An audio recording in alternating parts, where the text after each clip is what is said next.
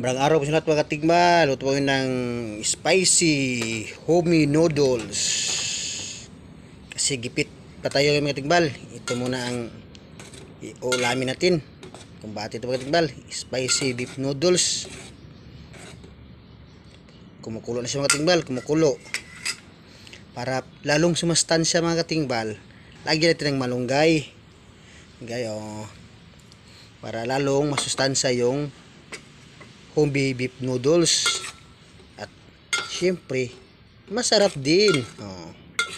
Tingbal, homey spicy beef noodles with malunggay. After 30 seconds, luto rin ito mga tingbal. Bahog na! Spicy beef noodles with malunggay. Sustansya ito sa ating katawan mga tingbal. No side effects. Ano ba natin? Arat na mga tingbal! Bahog na! Yum, yum, yum! Oh, sarap ito!